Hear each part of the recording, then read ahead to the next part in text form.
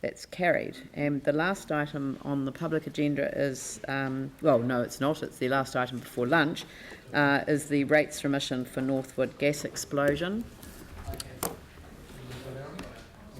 I'm going to attempt, I know it's only 1/4 but I think it would be incredibly useful to try and get this one resolved, because we've got an item to we've got an item to address at 2 o'clock, so I can't carry it over to 2 o'clock. It will be carried over until after that item.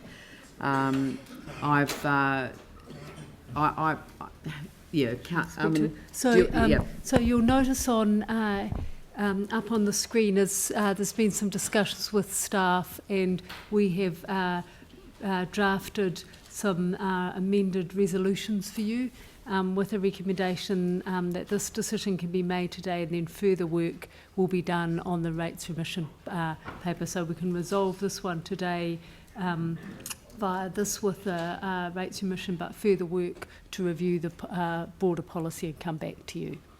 Yeah. So this may not be acceptable to councillors, but I think when staff presented the report to us, there was they did so on the basis of an existing policy framework, whereas I think that discussions that we've had as councillors is that we want to review that framework, and so but it's impossible really to avoid dealing with this particular issue in order to get to the point of reviewing the actual framework for the decision making. So this takes some language that's contained within the report, because the report does suggest that there is an alternative. So this asks us to consider whether the rates remission is fair and equitable, that the remission applies only to the value of the improvements, that is the house essentially, not to the land, so the rates would be effectively charged on the land only, and it's only for the period. Actually, the word uninhabitable has disappeared for some reason, so the building needs to be uninhabitable and unable as a result of damage caused by the gas explosion, so it's particularly in relation to that. I mean, this is coming from the document itself. You would have read these. Affected ratepayers have to apply for the remission. It's very similar to the earthquake-related one that was put in place after the earthquakes, and they cease on the earliest of the 30th of June 2020, or when the building becomes habitable again. And the administrative decisions, and then request staff to undertake a review of the rates remission policy to consider how land value rating could apply for residential properties that become uninhabitable, in order to achieve a more consistent and equitable approach to this issue, with the intention of it being in place for the 2020-21 annual plan. So that gives us a framework for decision making in the future, and noting that might create an equitable situation, delegate the ability to a group of 3 to decide on a case-by-case basis to approve it, and that means that if the decision of the 3 is not to approve it, it would come to council for a decision. But that's a framework. The alternative is the one that was in the report, which was not to proceed with the rates remission, but with the change to that wording around uninhabitable. I would like to move that recommendation, and I guess, do I have a seconder for that, Aaron? So I've got that on the table, and if staff want to come to the end of the table, and obviously there's some advice, and I know that not everyone will agree with this position, but I just wanted to get us framed into the conversation around going down this track as opposed to going down a decline. So, right. So, questions, Aaron? Just one, really, and that is because the only bit I disagree with you on is that I don't think anyone would disagree with the policy, but is around if anyone else's property becomes uninhabitable during the next year, if I'm reading 7 and 8 correctly, they can then apply, not if they're just in Northwood.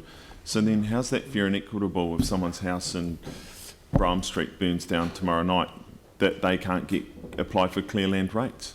Yeah, it says noting that residential properties may become uninhabitable in the current financial year. Right, so delegate the ability right, to this is approve. any property. Okay, that's Yeah. I just Mary shook her head, so Yeah. I thought that's all right. Yeah.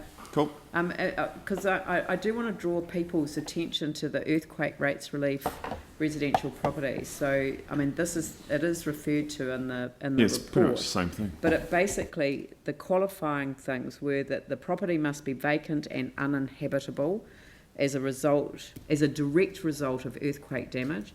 The property must be classified as residential or non-rateable for rating purposes, and you must provide adequate evidence in support of your application. So essentially, it's picking up the framework from the earthquake and applying it in this instance. And Sarah and Phil? Just got a question on the uninhabitable. I mean, I know that at the moment, there's a couple. Do we have any properties that we know of that are uninhabitable currently that are not getting rates remission? I think So other ones around the city? Yes. Yeah. Okay, so do we need to then include things where, because it only talks about ones in the next year, for example, what about properties who are currently facing this, or have they already got the... No, under the current policy, the only uninhabitable houses which have a remission are the remaining earthquake remission houses. So we need to maybe look at that. And when it comes to uninhabitable, I mean, currently we're looking, the Northwood thing, it was an explosion, it was awful, it was sudden. There might be properties damaged by fire. Properties also become uninhabitable for other reasons, and, cold, damp houses get lots of mould. You might get a health professional saying you shouldn't live in it. What sort of circumstances are we looking at? Because, I mean, just trying to get things clear so that we don't open ourselves up to things that we weren't intending. Because those things are potentially avoidable. How many people's houses, burned down or... Yeah. Are unable to be occupied, essentially as if the building had been demolished, which is the wording that's gone on here. How many of those a year? So I think what Councillor Templeton was saying was the difference between a property that's been uninhabitable because of a event that is out beyond their control versus somebody that's just let a building deteriorate to the point that it's not habitable. Is that that's your question? So you're trying like the to health risk as opposed to a falling down risk. Between an event that's caused it, rather than a slum landlord. Right. So, I'm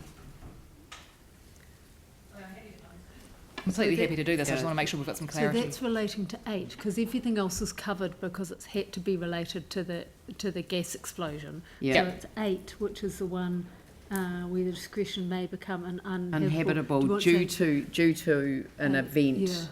Yeah. And the other thing was, we just looked at the beginning, where potentially there are currently places that are uninhabitable due to events that are not in the next financial year, but they're in the past that aren't currently getting remission. Do they also? Only if they're in the current financial year. I mean, it's just... We're not going to be retrospective for people who can't. The trouble is that this has not been dealt with as an issue, and I think it's because every case has been pretty much individual, and there are examples in the paper where we have granted it on the basis that it would be fair and equitable, and the flooding issue was one that was mentioned in the paper. I mean, when I looked at the paper, there didn't seem to be a consistent theme around... whether it was, but the issue did come up around residential or not. Absolutely. But I've just kept this at residential. Yeah.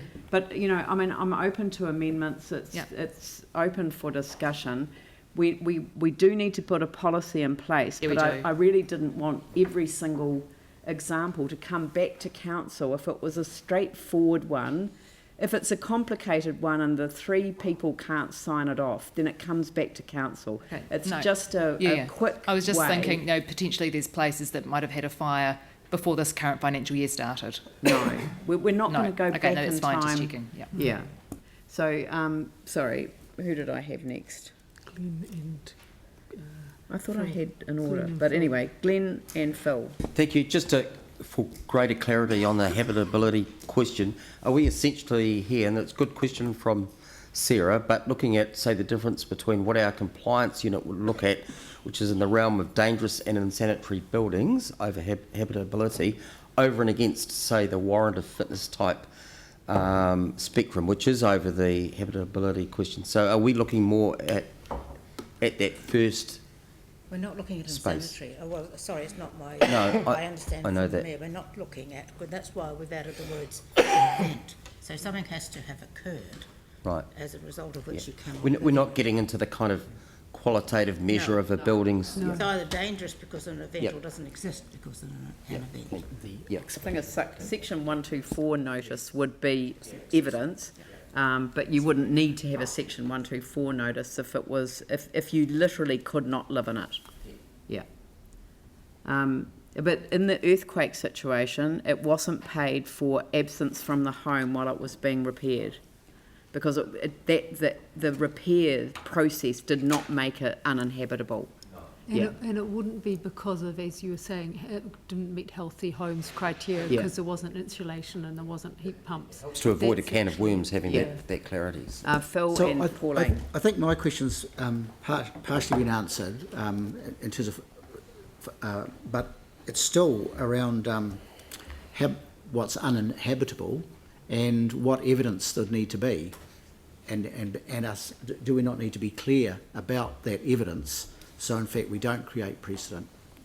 So we would make some criteria on which decision that would be Yeah. made. And I don't know who can answer that. What, like you might have something similar to a section 124, but what would we actually have? Because, like if, for example, you take some homes that are currently for sale as is, whereas they could be deemed uninhabitable. So because 8 seems to be the stumbling block, so the rest are very specific in relating to Yeah, why don't we just this come event. back with 8, we could recommendation? say that we could come back with some criteria on which a decision would be made.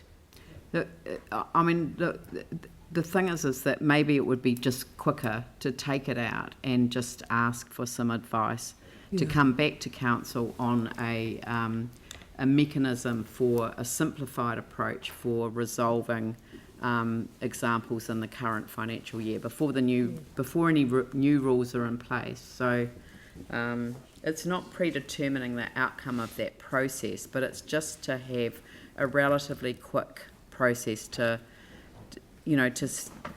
stop the need for individual papers to come back, because I know that this paper, probably just its publication, would have caused some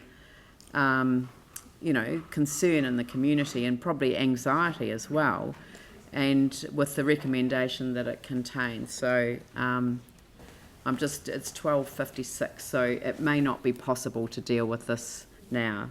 Pauline? Just wondering, is there a role for insurance companies in here to pick this payment up? They don't pay. They pay for alternative accommodation. That is true, but they don't pay the rates bill. And the reason that you wouldn't give a complete remission is that rates don't just pay for services that come to your homes. That's right. They pay for footpaths, roads. I mean, Libraries, swimming pools? there's a lot of work to be done in that area And alternate too, accommodation as a doesn't result of count the rates. damage that's been They're done. not payable. And there will be, and of course there's libraries and parks and public amenity, all of which are accessible no matter where they live in the city. So, I think we need to reinforce the fact that rates are not just for services that are delivered to the house, but it does seem, because rates apply for a whole year, that's why we have this rates remission discretion. Are there any other questions? So I'm sort of reluctant to sort of have the debate if it's going, but is there any debate? Yep. be very quick. Yep. All I'd say is, firstly, I just really want to acknowledge staff for this, because it was raised at the informal and they acted swiftly on it, so it would be remiss to not acknowledge that. Look, the Mayor's right, this is very similar to the earthquake-affected rates remission. Charging people rates on the improvement value of their homes when they literally no longer have one would be heartless and illogical. So this is the right thing to do, and let's get it approved. Aaron? Yeah, it just completely echo everything that Jamie just said. I hope we do vote for it today. And this isn't just about those people affected in Northwood.